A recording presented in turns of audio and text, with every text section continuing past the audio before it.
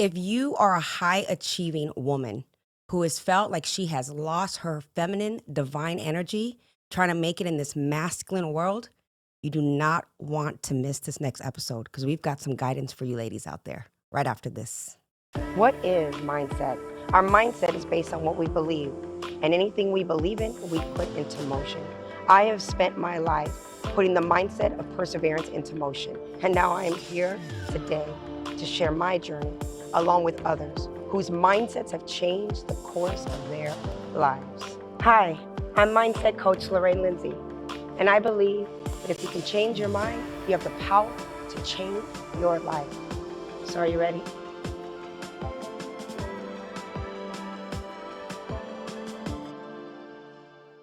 Welcome back to another episode of The Mindsetters, where we believe that if you can change your mind, you have the power to change your life. Before we get started in the show, do not forget to hit the subscription button, give us a thumbs up, and send us your comments. We love hearing from you, and I thank you so much for the continued support. So I want to get right into the show. I am your host, Coach Lorraine Lindsey, a certified peak performance and life coach and a mindset coach as well. And today I'm super excited to talk primarily to the ladies out there about the struggles of being strong-willed, independent, high-achieving, and being burnt out, overwhelmed, feeling like you're stretched beyond imagination, trying to keep up in this world that is dominated by masculine. Nothing against the men, of course. We love our beautiful men, but it is hard, and we often get lost in our feminine, or we lose, our feminine energy, trying to keep up on what we think, who we have to be, instead of just being the essence of who we are. So I have a special guest who speaks to high-achieving women, has built her business and her empire, speaking the knowledge and helping women to keep their feminine energy and achieve success in all facets. So let me introduce my guest. Her name is Miss Aprille Franks. And a little bit about Miss Aprille. She is a feminine conscious business coach. Aprille Franks is the founder of Women Recharge, parent to the Epic Woman and Aprille and Company. As a master community builder, content creator, and launch strategist to women entrepreneurs, she helps women operate within their divine feminine power. Her superpower is transforming the business and personal lives of women connected to her. Her ability to galvanize online communities through attraction content marketing is inspiring and duplicatable through her coaching model, the 7 Energy Zones. Also, a 5-time author and a 2-time film producer, Aprille creates powerful content across various platforms and believes sharing content is the best way for women's stories, expertise to be told. When Aprille isn't traveling, you can find her in Las Vegas, dancing, spending time with her family, or laughing really loud. Learn more about Aprille via her YouTube channel, www.epicwomen.tv. And I will post your content and stuff for people to follow you as we end the show. But I want to thank you so much. I read the short bio, but there is so much more to you. You are a powerhouse. Thank you for having me. No, I'm super excited. I heard about you. The way I was introduced to you was I went to a women's event, bunch of powerhouse women. It was a very intimate. I was very honored to be invited to this group of women, and your name was mentioned throughout. Everyone kept talking about you, and I was like, "Who is she?" And I have been very intentional this year with what I'm trying to do, and the message I'm trying to convey is to be more tribal and intentional with the tribe and the people. Yes. And also paying attention and listening and following people who follow that heartstring that I'm following. Yeah. So tell us a little bit about you before we get into all of your businesses and what you do for women out there. Well, that's loaded. What do I do? I mean, mainly I just am helping women live the life that they want. And the way that I do that is by helping them accomplish the goals that they want to inside their business without sacrificing the things that they care about, primarily themselves, their family, their lovers, their children. Because I found myself as someone who I consider myself high achieving I didn't do it right. So I was overwhelmed, burnt out completely, neglecting my family, didn't spend time with my kids the way that I wanted to. And I was like, there has to be a different way to do this, because the model I had been following was just like everything else, passed down from men, no offense, but it doesn't always work for women when we, Right. especially if we're caregivers, nurturers, because we're often doing the same jobs as men, meaning, we both go to work, but then there's kids. Well, who's Right. doing the primary caregiving? Who's keeping the house? Who's doing all these things? And then if you add a business on top of that, I mean, it just becomes too much. And then you can just lose yourself in that. And so Absolutely. that's really been the mission. So what was it for you? And I want to, before we get into it, to kind of take everyone back to where you were, because I know you did things for real estate ventures and things like that. Where were you in your life when you were like, okay, enough, I got to really get this together for self? What was the epiphany for you? I think the epiphany happened about 3 years ago, right before the pandemic. I had already been having feelings that I was trapped in my own like toxic masculinity, because masculinity has nothing to do with man, woman. It is a energy that both sexes possess. Mhm. And there's just a balance between our creative self and our nurturing self, and then the doing self, the self that is like about that work, and getting the bag and all of that. And so for me, it was because I had been destroying the personal relationships between the man that I was in love with at the time and my oldest daughter. Mm. And that really was a trigger for me, because I was like, it can't just be them. So I had to look in the mirror and fix my own shit. I love that because I can relate to that. And especially when you say the toxic masculine energy. I growing up in a home that was single mother, I lost a parent to suicide. And so I had a single mother raise me. And she took on a masculine energy because she had to. She had to be the roles of both man and woman because, there was this unexpected loss. And then myself, having had a child as I was a teenage mother. I know you were as Same. well. Mhm. I left home. I didn't want my mother to bear the responsibility, so I left home and just took on these coats of armor that I Yes. needed to be independent and I need to be strong. And in my mind, it was the right will and the right Sure. thing to I mean, it's do. survival, right? Yeah, but then I became so hard. Yeah, me too. And it really did affect me in my relationships because no one was going to tell me what to do. Mhm. Get out of my way. I need to take care of life. I need to take care of my Yeah. baby. So how did you find a place where you could be safe? Because the thing with my toxic masculinity was I never felt safe to let it go. Mm. I was always afraid that and I didn't know consciously that it was a masculine energy. Sure. But now through work, I understand that. But I was always afraid and still struggle, if I'm being candid, with letting that go sometimes because I'm expecting the ball to drop. Yeah. Well, your question was, where did I start? I kind of went on a sabbatical, honestly. I started doing several things. I went on a retreat that was immersive, that was like the catalyst to this evolution that I've been having and consistently I'm still having. So it started with that. And then during the pandemic, July 2020, I went on a sabbatical to Jamaica and I found a woman to help me with that. I hired a coach while I was there and we did some really intensive work. And that work really opened the doors to just me calming down. Mm. You know what I'm saying? And I think women can understand that. It's this is not to say there's nothing wrong with being strong or independent or anything Right. within reason.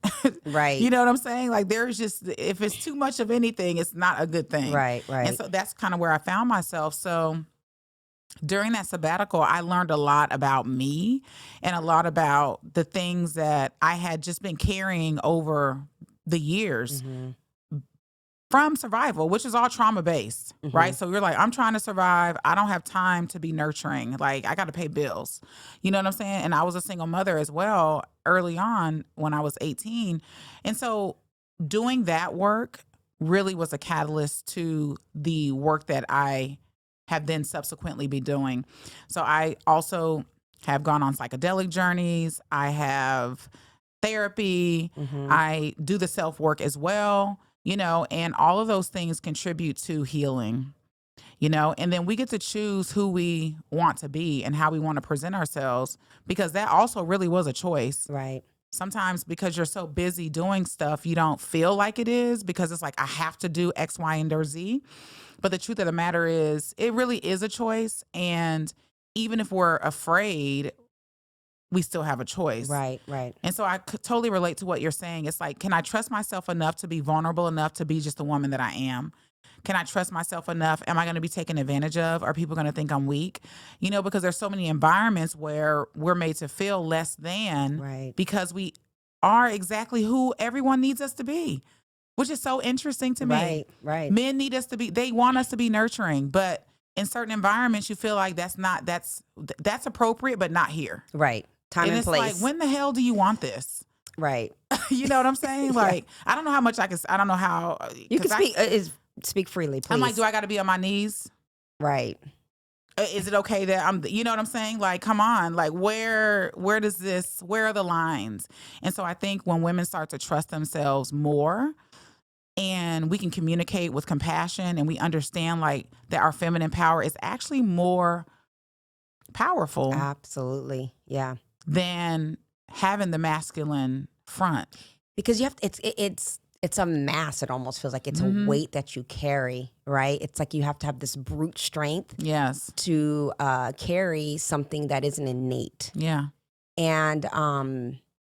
And there were times for me, especially, that it felt powerful, right? Because I had a very strong presence about myself. I had, I had rage behind it. There was times when I was angry behind the masculine energy. Yeah. But it was powerful in the sense that it got results right away. And what I realized is that I may be getting results, but the results are not driven by respect, more so they are driven by fear. Yes. And it was then in turn, it created unhealthy relationships with people around me, So what was it for you then? Because you said you went on retreats and you did these sabbaticals and stuff. How did you know? Okay, this is time, this is what, how did you know where to seek and what or did it just kind of like something pop up for you to know? Well, because I'm in this work, I kind of did have an advantage, probably, over most people that, are just out there feeling this, but not knowing what to do. So I was already connected to people. Now, I will say when I went on that sabbatical, I just Googled feminine Jamaica help coaching. I love it. You know what I'm saying? Like, I didn't have a plan. And I literally did that on the plane. I will never forget this. I bought the Wi-Fi on the plane. I Google searched this woman. She messaged me back. And I remember telling her, I said, my soul just cannot return the same way that it left. I love that. And I said, and you just knew that. I just knew it because I was so internally just unhappy with myself.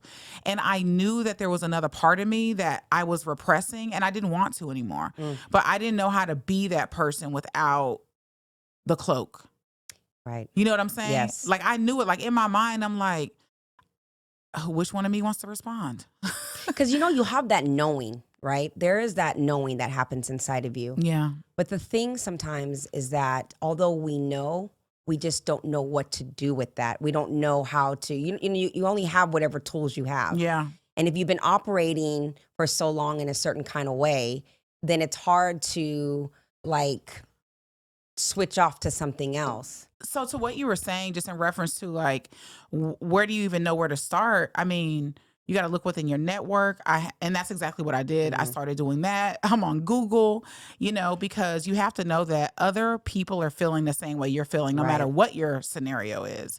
There's somebody else that's thinking that same thing. And I remember talking to one of my best friends, Sunita, and I asked her the other day, I said, we're all kind of in this space of evolving and peeling back layers and expanding. And I said, does it feel better for you to know that there's other people that we're all in this together? And she's like, no.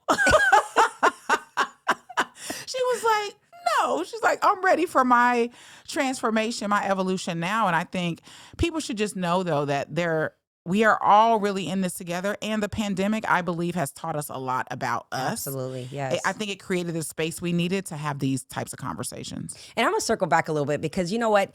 There is, to her point, actually, sometimes it's better to know that you are like, ignorance is bliss, I guess. Yeah. Because here is the thin line with this. Sometimes if you learn and meet tribal people that have they're in the same crap that you're in, and you're like, oh, I'm not alone, it's not just me, then you can end up building a bond with a tribe of people.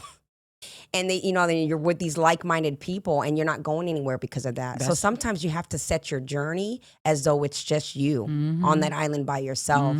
Because it's great to know you're not alone, but it's also can be a dangerous space to be, because then you start to seek the people that are in that current state with Right. you, and then you could stay there longer. Yeah. And You know, you don't want to create trauma bonds with other people. Other Like, we people. have to be progressing. Right. And that's part of it too. Like, we have to be progressing. And I think that's one of the things why I love my friends so much, because we're honest with each other about this specific topic, and also we are holding each other accountable. It's like, well, what are you doing? You know, I love that. What are you doing? Where are we going? Are we in this together? Are we sharing? And also just not pretending like you have it all together in every area. Right. Like, some areas we do have it all together, and some areas is a hot ass mess. Right. You know, God, that's so, and you know what? It's so liberating. it is Because very when liberating. you are a strong-willed woman and you are being strong and you're at the forefront of everything in your life, it is nice to have your people It is to just say, I don't have it all together today, or this whole month, or whatever, you know, or I Right. got it because we trap ourselves sometimes when we feel the need to be strong and to be at the forefront of everything, and guarded in a way, and we don't give ourselves sometimes permission Yeah. to just let somebody know, I'm not okay. Mm-hmm. And to have that vulnerability, and it's not privy to everybody, of course, but to have 100%. your girls or your people behind you to be able to say that everybody sees me as strong, because the strong people usually don't have the person to lean on. Yes. And I trapped myself with that as well, where I was the strength for my mother, because I was the oldest girl when everything was going on in my childhood. My mother went through a spiral of depression and things where she was in and out of the house because of her depression. And I was then becoming a caretaker for my siblings, and then Yeah. become a caretaker. And I built this thing like, I'm good. I'm good. Yeah. I had this because thing. you could not be good. You could not be good. And not only that, and then it turned into, I don't want to cry in front of anybody. I Yeah. would never let people see me be emotional Yeah. or break or crack or anything. I mean, my crying was in the shower because no one could see my tears, Yeah. and I would break down. But I said, you know what? No one knows how to check in with me because I taught them that. Yes. And really having to have a breakdown in Yeah. order for me to get my breakthrough and say, you know what? Part of me tapping into that feminine energy Yeah. is by me having the ability to be vulnerable enough to say, I'm really falling apart here, and I don't have it all together like I'm pretending. Yeah. So explain to the ladies out there that are watching a little bit more detail. You had kind of alluded to it earlier. You said, feminine and masculine energy is not gender related. Yes. So explain a little bit more about what this feminine energy, because there's a lot of buzz. These words are being used a lot Sure they are. in the social media world. Yes. So explain a little bit so people kind of understand Yes. what it means to be in the essence of that energy. So the essence of that energy, divinely, we all have how we operate. And so they kind of categorize it as feminine. This is how I think of it. Feminine is if you pause, it's the think before you speak. Mm. Right? It's that you taking a beat and running whatever you're thinking or you want to say or how you want to communicate through a lens of compassion. And then what you do with that is that masculine part. That's the doing, that's the being Oh, assertive. I love that. Right? So it's almost like that thing that we say, the man may be the head, but the woman is the neck. Right. It's like that same thing. Yeah. They should be tangoing together. It's like when you're brainstorming and you're being creative. That's a very feminine part of yourself. Then when you go execute that, that's you getting into that mode like, yo, I'm about to get it. That. And so that's like the simplest way to state that. And then also, I think that women talk too much. I think we talk too much. I think if we would stop talking so much and like listen to your inner self and feel, because I think sometimes we fill the air with words so we don't have to feel what we're feeling. That's so true. And if you can feel what you're feeling, then that's really the answer to so many things, because our bodies are created to tell us everything. Absolutely. You know what I'm saying? And we have been conditioned from our society, healthcare, and all these different things not to feel. Oh, you got a headache? Here's that. Oh, you have anxiety? Take a pill. It's like, no. For a minute, ask yourself, where did this come from? Right. Like, right. what did I do today that was so different before, so I cannot do it again? Absolutely. I did a podcast about loneliness, and I said there's a difference between being alone and feeling lonely, because lonely is a state of mind, right? But I have several female friends that will go through tumultuous relationships and jump right into another one, right? And these are powerhouse women, and maybe they're their businesses are thriving and their personal lives are falling apart, or they're like what you said earlier. And, I've often said, I know you don't like being lonely, but have you ever considered just giving your time to be alone? Yes. And allowing yourself to get your clarity? Because what happens is, and it's a little biblical, right? What do they say? God is not a God of like noise. It's about clarity. You can find your answers in your peace. You really can. And when you can just kind of say, you know what, I got to block out the noise for a little bit and sit down and be still. Yes. So I can know. Yeah. That's powerful, because a lot of times the things that are happening outside of your world, these circumstances, are because, again, what you said, are your choices you're making. Yes. We're where we are because that's where we put ourselves. And when we can gain back our power knowing that, then we can make different choices. 100%. And that idle mind sometimes is necessary for you to really hear and listen to self. And I think people are afraid of that because they're like, what if I don't like what comes up? Mm-hmm. Right? Because then you got to do something about it. Because I remember I was working with this coach several years ago, and she kept asking me, she was like, what do you want? And I was like, what do you mean, what do I want? And she's like, what do you want? Mm-hmm. And I knew the answer. Like, it was right here. I Mhm. could have said it, but I refused to say it because if I said it, I would have to take responsibility for it. Right. And then I was going to have to make a decision and do something about it. And that decision was going to have a ripple effect and a whole bunch of other shit that I wasn't ready to deal with. Right. And so I think we have to also be honest with ourselves and not beat yourself up, because it's almost like when you're getting ready to go on a diet and you're like, I'm not ready yet. It's like, I got the food, but I don't got the fitness. But you psych yourself up. Right. And then one day you're like, okay, I got the fitness now, right? I'm committed now. So that could be you who's listening or watching, like, don't beat yourself up, but acknowledge it. Like, don't Own lie it, to yeah. yourself. Own your own. If you're in a toxic space right now, own that. There's a thing that I say all the time. I say, own your victim. Mm-hmm. Everyone say, don't be a victim. Don't own it. If right now, the circumstances that have happened to you in your life, you feel like you are the victim, own it, but give yourself a time frame with it.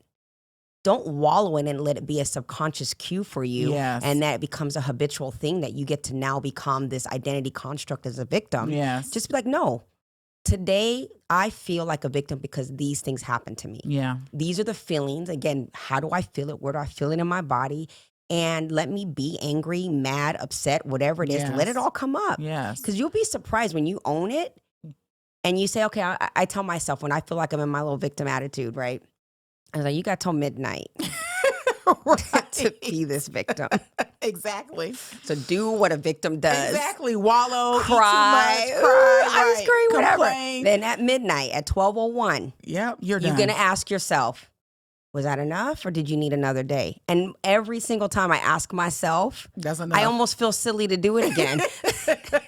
It's much more powerful because I'm owning it and I'm like, nah, I'm good. Right, exactly. Like, I that think was I'll enough. just be victorious tomorrow. You know what I'm saying? And so sometimes we always feel like we have to eliminate things. And I tell people, your brain has an inability to delete. It can only add or multiply. Mm-hmm. So no matter what you try to take away, it will add it up or it will multiply it. So why not just deal with it Seriously. and take it with you? You know what one of the things that I thought too was that I think a lot of us were not taught how to cope. Very Because true. even I look at my oldest daughter, she's 28, and I'm like, damn, I didn't do a good job teaching her how to cope with things. Right? She's getting better, but she's getting better on her own, not because of me. Right? She's getting better because that's her thing to get better at. Like, that's her sitting on the couch because of my parenting. You know what I'm saying? It's so ironic you say it because my son, he's 20, he'll be 26 years, he's 25, and he's going through that right now. Mm-hmm. And I realized because recently he had a big setback, and his life has been so good to him, where everything's been a yes, and everything has been going according to his plan. And then all of a sudden he had a setback where it didn't go according to plan. And he struggled with it. And when we talked and he reached out, and I realized, just like I said, I was so busy projecting and protecting with my projection that I never taught him coping mechanisms. I always wanted to make sure his world was the perfect world. Yeah. But then what happens when that world doesn't work out? Right. And you're exactly right. And I said, ooh, I think- gotta take a seat back. But now he's a young man. Yeah. And so I told him, I'm not mommy anymore. I'm the mother who's your friend. And so I'm going to be a support, but I know you're capable of talking yourself off of these proverbial ledges, Yes, yes, but it's yes. hard to watch. Isn't it's so interesting too? I'm like, I think we're all just always going to be a mess in some way and always just going to be working on some next thing for our life to expand Right, ourselves. And so that was just a realization for me. And even to be able to admit it as a mom, like, okay, I see that, and. But this is full circle to the high achieving woman. Yes. The woman who is strong willed and independent and trying to do it all. And no matter how much and how strong and how much energy we put into that, there's going to be pockets of that Yes. that will fall short Yeah. because of that masculine energy that we stayed in. Yeah. And it shows up in our relationships. It shows up in our children. Sometimes it shows up in businesses that fail. I realized a few years ago that I became exceptionally well and exceptionally successful at being mediocre. I was really good. That's ooh, girl, that's a good statement. Y'all need to put that on the shirt. But it's the truth. It's like, wow. Because you're saying mediocre to you. I was mediocre to me. I feel- you but know to what? the I feel- outside world, Yes. I had every picture of success. Yes. But yes. I knew that I was successful at my mediocrity. I was never giving 100% because I was spreading myself too thin. And so I could make this look good and I could be this for this person. And I could make the money. Yes. But I could make the money in a place that I was completely miserable at, right? Because my suits of armor got me that job, Yes. not yes. my heart. Right. Do you know? Yeah. And so that's one of those things where I had to tap in. This is why I had burned the boats. I said, okay, I'm making a lot of money here, but I am miserable and I need to be honest. And I'm making a lot of money half-assed on the job Yeah. because this is not where I want to be. Yeah. And I had to really ask myself, well, who can I be if I were to show up for self the way I've showed up for everything else? 100%. And you know what? Epic. Guess who gets in the way? Me. Yes. I'm like, how do I have the same compelling why for everyone else? How do I create that for self? Yeah. Do you know? Yeah. So, So what do you good. think then is the fear of tapping into the feminine energy, and how do we find the balance in that? Because we're talking a lot of personal stuff here, but what you do is help women in business Yes. to find that balance, because that's important. It is very important. Of being able to say, okay, I want to have this business. Yeah. I'm an entrepreneur. I have these dreams, yeah. but I'm losing myself in that. So how does a woman find her balance in that and keeping her femininity? Because it's so nice to feel feminine. It is so. I know. It's so fun. When I met her, I was like, hi, Me too. you're so pretty. I And know. you do enjoy being touched and I loved. know. What? I know. I promise. I feel like femininity is like the best thing on the planet. Yes. And I just wish more people knew that. I wish I knew that sooner. But life is a teacher. I think one of the main things that you want to do is just acknowledge where you're at. Like, just take stock in where you're at and how you're feeling about where you are right now. And then get honest about the same thing that I was struggling with years ago in answering this question: what do you want? And I think that question may take you a day or a month to come up with the answer. But be honest with what do you want, and look around your life, because you created the life you have. No matter where you are, no matter who you're with, no matter what you're doing, the life that we look around and see is a life that we created. So you get to ask yourself very intently, like, what do you really want? And you responding to that, that in itself is a feminine act of Yeah. self-love, compassion, patience, flow. And not putting a time limit on the answer, but being intentional about Finding the answer. exactly. Yeah. Because I'm thinking about that as you're saying it, like, what do you really want? And I think initially at the surface, right? I think about very almost superficial things. Yeah, I want to be healthy. I want to make a lot of money. Yeah. That's what most people would say. Right. But then how does one dig a little bit deeper? Because Yes. I feel like you said, the feminine is asking the question. So then ask the yourself. masculine is the doer, Yeah. right? So then ask yourself why. Mm. Why do you want that? And then if it's not And then ask yourself again, what do you want? Why do you want the thing you're saying you want? And then ask yourself why 5 times. Mm. So when you ask yourself, what do you want? And you answer it, ask yourself why. And then ask yourself why again. Because when you go deeper, then you'll start to get to the root of what's really important for you. Absolutely. Because on the surface level, every human, for the most part, they want to make money to pay their bills, to do the things that they love, spend time with the people they love, Mm-hmm. and do work that they enjoy. That's like, and be healthy. That's basic shit, Right. right? That's like so we all know that. Right. But a woman may be listening, or a guy may be listening, and you may not want to be in that relationship, or you may want to save that relationship. You may want to change careers. You may want to quit your job and go RVing across the country. Right. You may want to lose weight. You may want to transform your body. You may want to, whatever your thing is, be honest about it and stop delaying it. Right. Absolutely. Like, stop delaying it, because there's so much dead in the land of the living. Mm. Like, people are just moving around, but people aren't happy doing what they're doing. And it's like, I'm on that journey myself. I want to be doing what I want to be doing in the way that I want to do it. Absolutely. And in order to get there, I have to be honest about what is, right? So then I can get on the path of what is to come and what is to be. Absolutely. And also not only being honest, because that's important, but a lot of people have trust issues, and it's not about everybody else. It is not. They don't trust themselves. I say this all the time. I love Like, that you said that. It's like, okay, now you're honest, Mm-hmm. but now you have to trust yourself that, number one, that you're deserving of that thing, right? I tell people it's the Disneyland. If I have a dream to get to Disneyland and I believe that that destination exists, then I have to put a plan in motion to get there. But I first have to believe that where I'm going is an actual place that I can get to. 100%. And trust that if I say, okay, I'm living in Vegas and, Disney is in Anaheim. What are the steps that I'm going to take to get there? How much do I need to say? And you put these plans in motion, but your life works the same way. It does. But you have to trust, if that's the car you're going to take to get there, that meaning self, that it's a reliable source, because you are, if you just tap in. Yeah. Yeah. And if you can just give yourself an opportunity to dream with no limitations, even with that.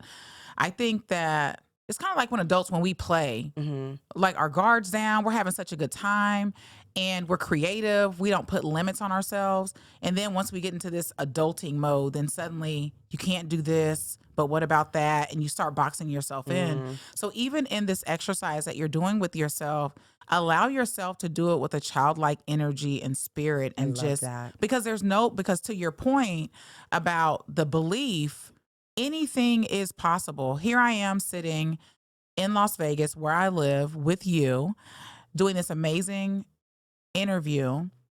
I do not have a GED. I'm a Black woman. I'm what they would say middle age, which is ridiculous. I'm 46. We will not call that middle age. No, we won't. Right?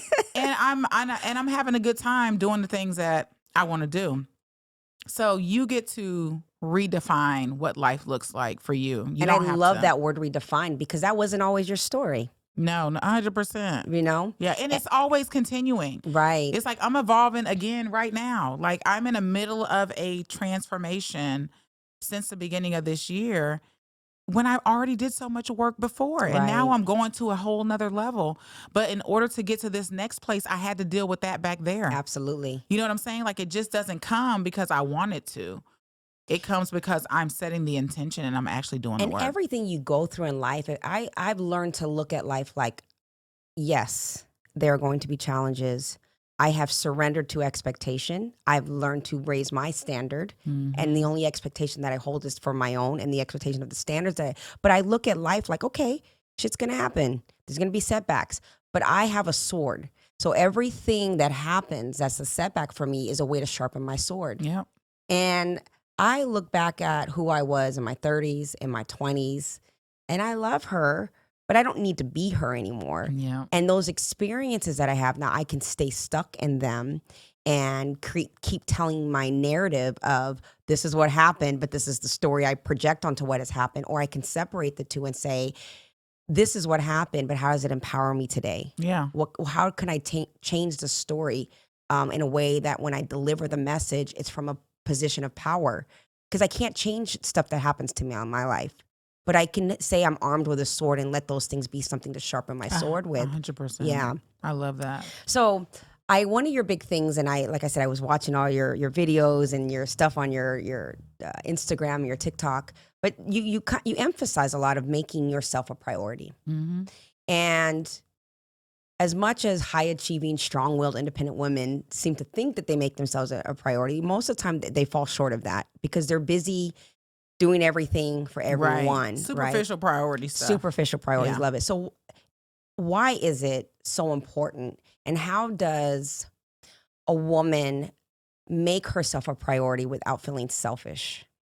Well, you should feel selfish. Good for you. I love that. You should be a little more, you probably need to be a little more selfish. And you being selfish and self-loving and self-fulfilling doesn't mean you're neglecting other things. I can take care of myself and I can love you. I can take care of myself and we can go on vacation. I can take care of myself and I can go to your basketball game. I love that. Yes. You know what I'm saying? It's not an either or, it's both and. I can do both. And the truth of the matter is when a woman creates space, emotional space and mental clarity space, then we can think. We can be. We're nicer. We're not mean. We're not snapping on you because we're up to here already with whatever it is that people need from us. Right. You know what I'm saying? So you probably need to be a little more full of yourself, to be quite honest. I love and that. Understanding the distinction between self-care and superficial self-care. Superficial self-care is us getting our nails done, our feet, our eyelashes, our eyebrows, our makeup. Those are things that make us look good on the outside and they may make us feel good. But that's not self-care. That's grooming. That's personal hygiene. Self-care. I'm so glad you're saying this. You know what I'm saying? Self-care is therapy. Self-care is going on a retreat. Self-care is you adopting different modalities that are going to help you and change your nervous system. Like that's self-care. Absolutely. Self-care is you resting. Self-care is you not working all night and all weekend and all week. You know what I'm saying? Self-care is you loving yourself in the way that you really expect other people to love you. Right.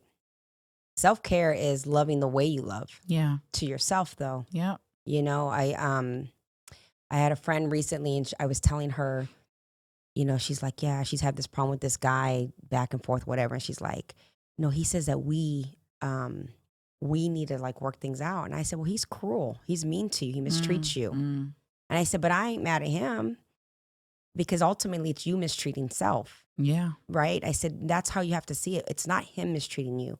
It's you mistreating self. With the choice to stay. Absolutely. Yeah. And I said, but you have a standard how you show up for this person. So before it can become a we thing, if he's willing and you are a priority for him, then he needs to raise his standard. And if we can at least get on the same page, then we can work on something. But at a minimum, you should honor yourself by having a person who you're going to be in your life in the most intimate level, at least meet you at your standard. 100%. Because then you lower your standard to be in that relationship with that person. And it never works. Never. It never works. No. And there's so much to be said about that. We can have a whole nother podcast on relationships. When you coming back. Because we definitely need to have one of those. Because that is a whole thing. Like, and especially as a woman who you have goals, there's things you want to do. And being able to set a standard for yourself. And when you really love yourself, then you stop making decisions that are not self-loving. Because I remember, and you make them from a different place. Like I remember being in a relationship that I knew was going to end, but I stayed in it because a slither of it was great and exciting. Right. But it was killing my soul the rest of the time. You know, and as I've evolved and grown up and I've loved myself more, I thought about this last night, actually. I could not imagine being in that relationship today. I would be like, I would not tolerate none of that shit. Right. You know, and that's the power, I think. And that's what makes women feel so good and confident when you know that you're making a decision that is because you love you more than you love the idea of some other thing. Right. So, girl. I know, I love it. So we'll start to close up. I have this last question for you. Let's do it. The hustle culture. Everybody, and you put this on one of your things I was reading. there is this thing, there is this hustle culture and this idea that we got to hustle in order to get a thing. So dispel that a little bit. Why is that? Why are we wrong for even being in this mindset of this hustle culture thing? Well, I think we first have to recognize, like, where did hustle culture come from? Like, it really came from a place of trauma. And depending on your culture, ethnically, there's so many different connotations to hustle, right? And so for me, the hustle was killing me. The hustle had me staying up to working 18-hour days, sometimes 20 hours. The hustle had me neglecting my husband at the time when I was married. The hustle had me afraid to stop because if I actually built a business, then, and I had space, like I had to fill every hour of the day with something, because if I didn't, then I wasn't being productive, or I wasn't committed or serious, right? And so there's so much rhetoric and energy around you're not doing enough, you're not Right. working hard enough. And at the end of the day, I have zero desire to work all day.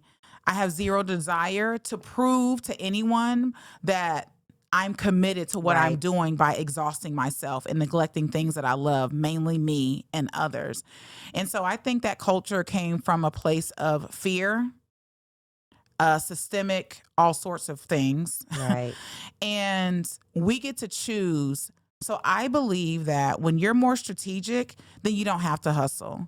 When you know who you are, what are we hustling for? Working and hustling is not the same thing. Right. You know what I'm saying? Like, and here's the other thing. If you're working 20 hours a day, whatever you're doing ain't working. Because nothing you doing takes all that. Right.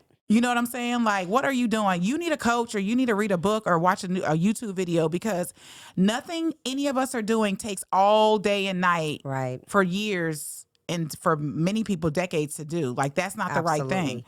And I'm gonna throw in one other little bucket on the hustle culture is ego. There are so many people out there that like to say and be busy for everybody else to feel like they're doing the most. And when you said tapping in and saying, what do you really want? And is that, when I say, what do I really want? Is that the truth compared to what you want, what you're trying to be for everybody else? Are they in 100%. alignment with it, with self? Because a lot of times you are getting ready to get ready, and you're doing a whole lot of nothing because they think this is who you are, and this is Right. the bucket they've put you in, and you're Right. trying to keep up You're with trying that. to keep up. But you're not even being honest with yourself and say, those aren't even the things I want to do. And I even had to let that go. It was nice, and there was some ego for me to say, I'm a big executive for a Fortune 500 casino, and I'm making tons of money, and I've got the fancy car and all this cool stuff.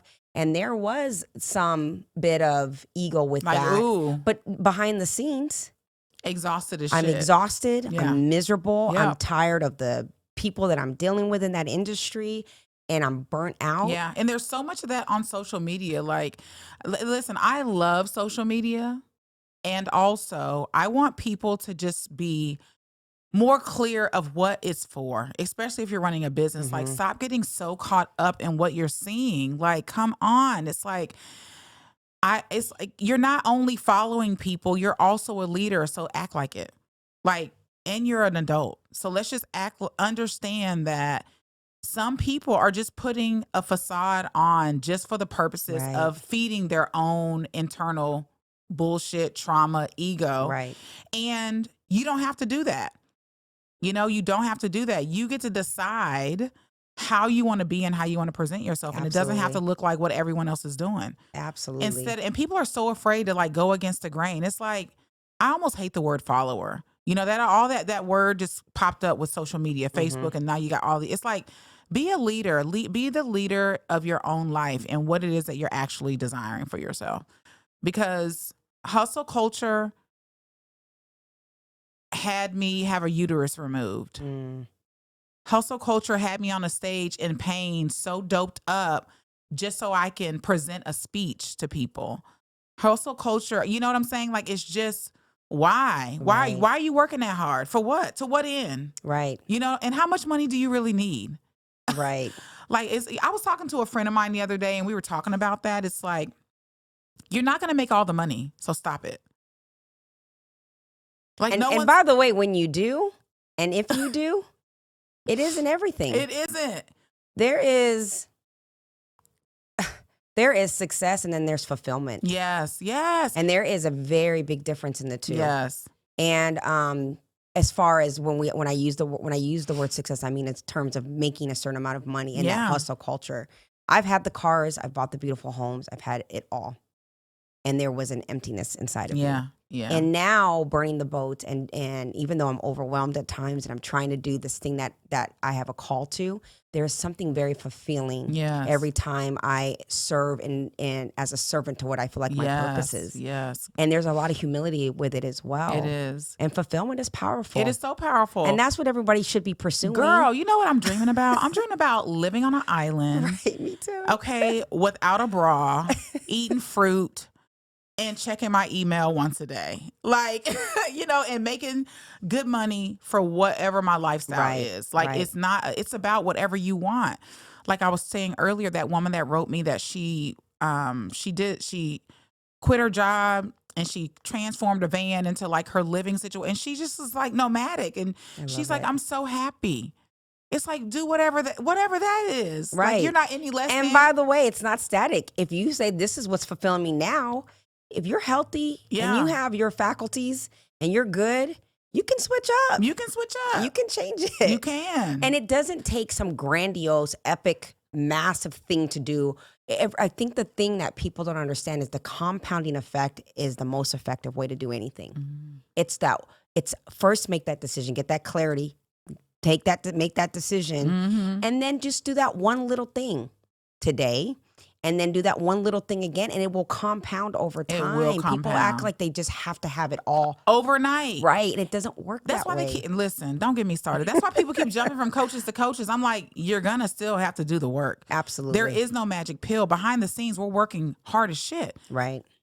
You know what I'm saying? Do you know how, seriously, like, so there is, the easy button is you doing it one step at a time. Like, that's the easy button. Otherwise, you're just going to be on the chase for some high that makes you feel validated in some weird way that is not going to end up fulfilling you in the end. Absolutely. So, yeah, I love it. So how do we close? What would you like to say to the women out there that are listening, and even some of the men out there or whomever? What would you say to them in closing about finding the balance, being okay? I love what you said about the feminine and the masculine, letting them work as an intertwined entity to let it work for you. What would you share with people out there who need to find the balance? And then we'll talk about how they can get a hold of you. I think the biggest thing, honestly, is just start being honest with yourself. And I just want you to hear that for a second. Just be honest with yourself. Stop being so busy to where you can't even hear your own heartbeat. You can't hear or feel your own breath. Like, slow yourself down. Give yourself 1 hour of just being and see what comes up. Absolutely. Because you have the answers to almost everything. And the answers that you have within are going to put you on a path that's going to give you more answers and more resolution, more support, more help. And then you can change your whole life. Listen, neither myself nor Lorraine should even be here with the upbringings that we've had, with the trials that we've experienced, but we are because we've taken that time to do the work, and it hasn't been easy, and it still continues. Right. And so I think the first thing really is to just listen to yourself and be honest. To yourself. Yeah. Give yourself quiet the noise. Mm-hmm. Stop drowning in it, right? Yeah. And look for some lifelines. If you feel like you're drowning, find people. Find those people that you can be vulnerable and trust until you can build that for yourself. Yeah. Yeah, absolutely. Well, tell them about how they can find you. Yeah. Where they can reach you. I have a thing. You have a YouTube channel as well. Send everyone. Yeah. So the best place to find me is on Instagram. If you want me live every day, I'm always in the stories. So you can just go to Epic. I love how fun your stories are too. They're just all things you. Girl, I'm all over the place. I love it though, because it's real and it's tangible. Yeah. It's not just here, this is what you need to do. Right. It's like, no, this is great facial stuff that I'm using on my skin right now. And I am fabulous and I'm out and I'm doing me. Yeah. I love it. So Instagram, Epic Aprille, you can find me there. And there's a link to my link tree that'll take you to other places. Interviews, you can do your due diligence. You can always check Google out. Google my first name, all my stuff will come up. And you can check out the YouTube too. I'm not a big YouTuber, but that might change. We're launching a new network Oh, very called the Epic Woman exciting. Network. And we didn't talk about your books. We didn't talk about Girl, your there's so production. much. But just follow me on Instagram. Y'all will find all the things. Okay. And I'll have to come back. Yes, please. I would Yeah. love for you to come back. You have been such a joy, a ray of light for me. So I appreciate you being here. Thank you. Yeah, thank you. And thank you all so much again for watching another episode of The Mindsetters. Again, do not forget to hit the subscription button. And until next time, ciao.